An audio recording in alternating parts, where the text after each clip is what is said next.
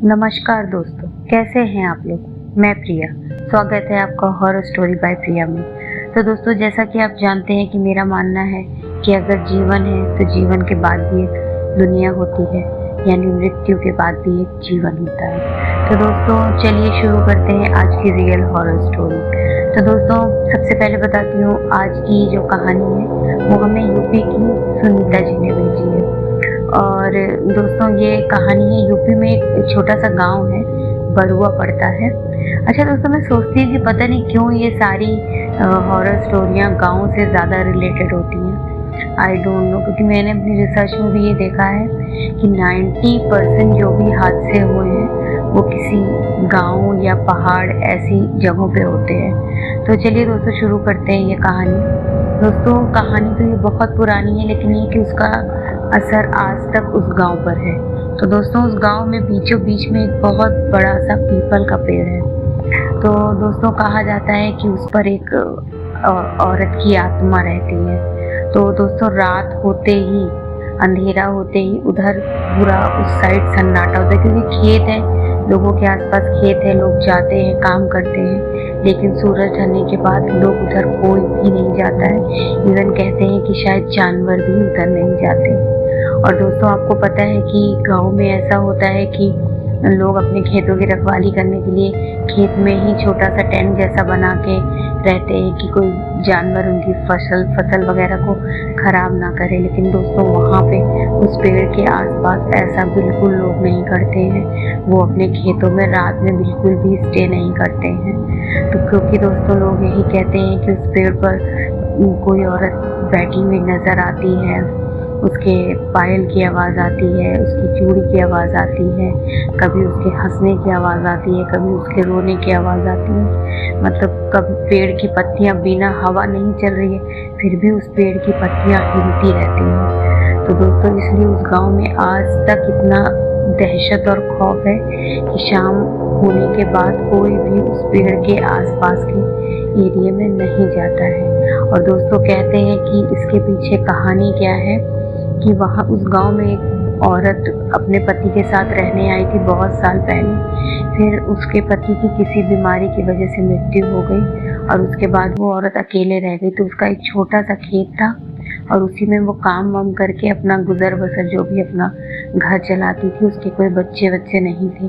तो दोस्तों वो बहुत ही ज़्यादा सुंदर थी। तो कहते हैं कि गांव के कुछ लोग ऐसे थे उसके ऊपर जिनकी बुरी नज़र थी। और दोस्तों उसके बाद एक दिन वो औरत गायब हो गई और 2 से 3 दिन के बाद उसी पेड़ पर उसको किसी ने रस्सी से लटका दिया था कि मानो उसने फांसी लगाई हो।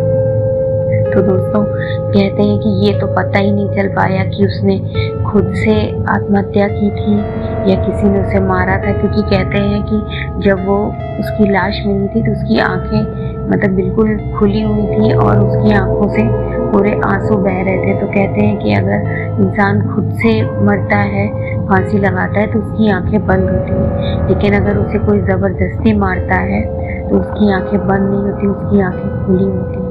और दोस्तों उन्हीं खुली आंखों से वो लोगों को घूरती है। और कहते हैं दोस्तों अगर उस पेड़ के पास कोई गलती से चला भी गया या किसी ने उस पेड़ के आसपास देख भी लिया, या कभी ऐसा हुआ कि वो आदमी, कोई इंसान गया उस पेड़ के पास और वहाँ पर उसका नाम लेकर वो बुलाती है, जिसने जवाब दे दिया या पलट कर देख लिया, या तो वो वापस नहीं आता या तो फिर वो इतनी बुरी स्थिति में हो जाता है कि वो एक तरह से आधा पागल ही हो जाता है। तो दोस्तों ये तो थी उस पेड़ के हॉन्टेड या हॉरर होने की सच्चाई। अब मैं आपको बताती हूँ कि इस कहानी का आगे क्या असर हुआ। तो दोस्तों एक लड़का था उसी गांव में, वो 17 साल का था। उसका नाम, मतलब लड़का है, सॉरी मैं बार बार यही गलती करती हूँ। दोस्तों वो 17 साल का है, उसका नाम राजन। तो दोस्तों राजन और उसके कुछ दोस्त, ये लोग भी उसी पेड़ के बारे में बातें कर रहे थे, क्योंकि सब जो उस गांव में रहता है सबको उस पेड़ के बारे में पता है। लेकिन फिर वही न्यू जनरेशन की बात आती है यहाँ पे। राजन और उसके दोस्तों में शर्त लगी कि कौन उस पेड़ के पास जाएगा उसको हम लोग 1000 रुपए देंगे। तो राजन और उनके 5 दोस्त थे, टोटल 6 लोग थे। तो दोस्तों पता है कि जब 6 लोग हैं आपस में, जब 1000 रुपए की शर्त लगी है तो जो जीतेगा उसे 6000 रुपए मिलेंगे। तो 5-6 लोगों में से कोई भी उस पेड़ के पास जाने को तैयार नहीं हुआ। अच्छा, राजन इन सब चीजों को नहीं मानता था। उसने कहा मैं जाऊंगा। उसे लगा 6000 रुपए आ जाएगा, मैं कितनी चीजें खरीद लूंगा। तो दोस्तों उसने फिर बोला कि मैं शर्त लगा रहा हूँ, तुम लोग पहले पैसे निकालो और मैं जा रहा हूँ, आऊंगा तो मैं ये पैसे लूंगा। सारे दोस्तों ने सब पैसे निकाल के सामने रख दिए टेबल पे। ये लोग एक जैसे छोटी सी चाय की दुकान पर बैठे थे और वहीं पे ये लोग अपना ये सब शर्त लगा रहे थे। तो दोस्तों ठीक 11:15 बजे राजन वहां से निकला और उसके पास बाइक थी। वो बाइक, क्योंकि वो पेड़ थोड़ा सा गांव के बीच में है, खेत थोड़ा सा, घर जहाँ पे बस्ती उससे थोड़ा सा खेत वगैरह थोड़ा सा दूरी होता है। वो अपनी बाइक से गया तो उसके दोस्त लोग भी उसको छोड़ने गए अपनी बाइक से, लेकिन वो पेड़ से कुछ दूर पे ही रुक गए और फिर वो लोग वहां से चले आए उसको छोड़ के। वो लोग खेत के बाहर ही उसका वेट करने लगे कि हम लोग तुम्हारा बाहर वेट कर रहे हैं। तो दोस्तों फिर जब राजन जी वहां पर गए तो कुछ तो उनको मतलब उस समय तो कुछ नहीं लगा। वो आराम से गए, उस पेड़ के नीचे बैठ गए और उन्होंने वो सिगरेट निकाली और पीने लगे वहां पे बैठ के। फिर अचानक से पेड़ की पत्तियां खूब तेज हिलने लगी। मतलब ऐसा लग रहा था मानो कि बहुत तेज हवा चल रही है, खूब तेज हवा चलने लगी। और उसके बाद उन्हें बहुत ठंड लगने लगी। उन्होंने कहा कि इस समय तो ठंड का मौसम नहीं है, मुझे इतनी ठंड क्यों लग रही है। फिर उसके बाद में उनको ऐसा लगा कि पेड़ के पीछे से कोई चल के आ रहा है और उसके पायल की आवाज हो रही थी, छम छम छम। तो राजन ने पीछे मुड़कर देखा, सोचा कि कोई औरत वगैरह है क्या रात में खेत में। पीछे मुड़ के देखा तो कोई नहीं था। फिर वो अपना ऐसे स्मोकिंग करने लगे। फिर उसके बाद में उनको ऐसा लगा कि कोई पीछे उनके जस्ट खड़ा है। फिर उन्होंने पीछे मुड़कर देखा, कोई नहीं था। तो उनको थोड़ा सा डर लगा, तो वो पेड़ से थोड़ा सा दूर आ गए। तो उनको फिर पीछे से आवाज आई, राजन तुम यहाँ क्यों आए हो, राजन तुम यहाँ क्यों आए हो।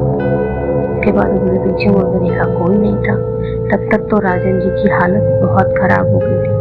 उन्होंने सोचा कि मैं क्या करूं, भागूं ना भागूं, कुछ समझ नहीं आया था। एक तरफ 6000 रुपए का लालच भी था। फिर उन्होंने कहा कि नहीं, वो पेड़ की तरफ पीट करके खड़े हो गए। फिर उनको किसी के हंसने की आवाज आई, एक औरत की। दोस्तों उन्होंने बहुत हिम्मत करके जब पीछे देखा तो आप समझ भी नहीं सकते थे कि उन्होंने क्या देखा। ऐसी चीज देखी कि उससे उनके रोटे खड़े हो गए। दोस्तों एक औरत वाइट कलर की साड़ी में पेड़ पर उल्टी लटकी हुई थी और उसके बाल इतने लंबे थे कि वो पूरा जमीन को छू रहे थे।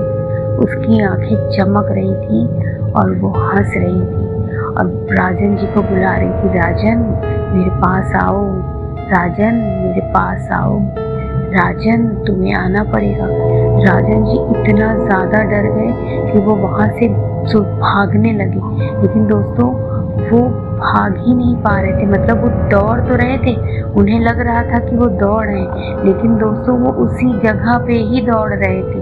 वो मतलब जमीन आगे बढ़ ही नहीं रही थी, उनके पाँव उसी जगह पे ही दौड़ रहे थे। और उसके बाद वो बहुत तेज चिल्लाए और बेहोश हो गए। और दोस्तों सुबह फिर जब वो रात में नहीं गए तो उनके दोस्त भी सब परेशान हो गए। सब ने जाके उनके घर वालों को बोला।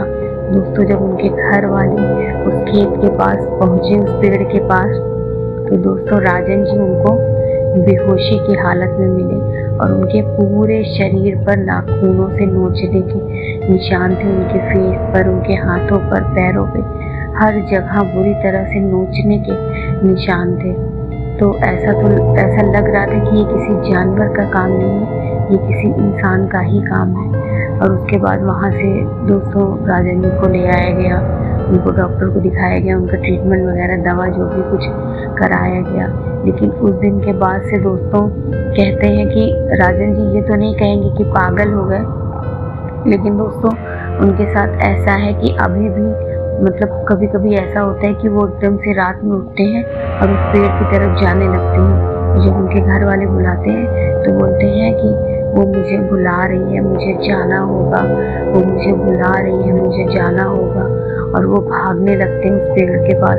कई बार तो उनके घर वालों ने बोला कि उनको बांध के रखना पड़ता है जब ऐसी स्थिति हो जाती है। बाकी तो वो नॉर्मल रहते हैं और उनको वो सारी चीज़ें याद है, लेकिन वो उस औरत को लटकते देखने के बाद उनके साथ क्या हुआ वो उन्हें नहीं याद है, क्योंकि वो बोल रहे थे उसके बाद मुझे चक्कर आने लगा, मेरा सर घूमने लगा और मुझे बहुत ज़्यादा वीकनेस लगी, क्योंकि उसके बाद वो बेहोश हो गए थे।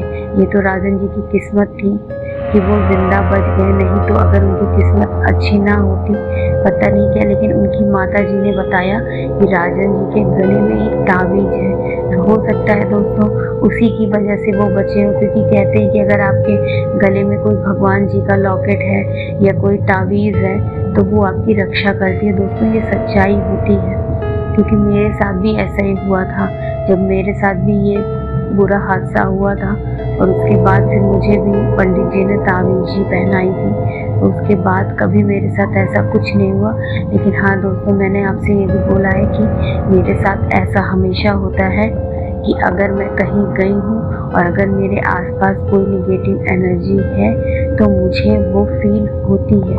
अब वो मेरे ऊपर हावी नहीं होती, मेरा कोई नुकसान नहीं करती, लेकिन मुझे 100% ये पता चलता है कि मेरे आसपास कोई आत्मा है, अच्छी है कि बुरी है ये मैं नहीं समझ पाती हूँ, लेकिन है हाँ ये है कि कई बार ऐसा होता है कि आसपास अच्छी आत्मा होती है तो एक अच्छी सी खुशबू आती है, और अगर कोई बुरी आत्मा होती है तो इतनी गंदी स्मेल आती है कि वो आप बर्दाश्त नहीं कर सकते हैं। तो दोस्तों इसीलिए कहते हैं कि अगर कोई आपसे कहता है कि वहाँ मत जाओ, उस घर के पास मत जाओ, उस पेड़ के पास मत जाओ, उस जंगल में मत जाओ, उस बिल्डिंग में मत जाओ, वो हॉन्टेड है, तो दोस्तों प्लीज़ प्लीज़ प्लीज़ अपने बड़ों की, अपनी पहचान वालों की, जिसने भी आपको ये बात बताई है उस बात को ज़रूर मानिए और ऐसा काम मत करिए, क्योंकि जीवन से बढ़कर कोई शौक, कोई शर्त, कोई टास्क नहीं होता है। तो दोस्तों कैसी लगी आपको मेरी आज की ये हॉरर स्टोरी? आशा है अच्छी लगी होगी, और अगर आपके पास भी ऐसी कोई हॉरर स्टोरी है तो प्लीज़ आप मेरे साथ शेयर कर सकते हैं। मैं उस पर वर्क करूँगी और उसको दुनिया के सामने लाऊंगी। और अगर आपके पास आसपास भी ऐसा कोई हादसा होता है या कुछ आप ऐसा फील करते हैं तो प्लीज़ अपने परिवार, अपने बच्चों, अपने पति पत्नी उनके साथ शेयर करें, ताकि आप इन सब चीज़ों से निकल सकें और हमेशा के लिए सुरक्षित रहें। तो बहुत बहुत धन्यवाद। जल्दी मिलती हूँ एक न्यू रियल हॉरर स्टोरी के साथ। Thank you.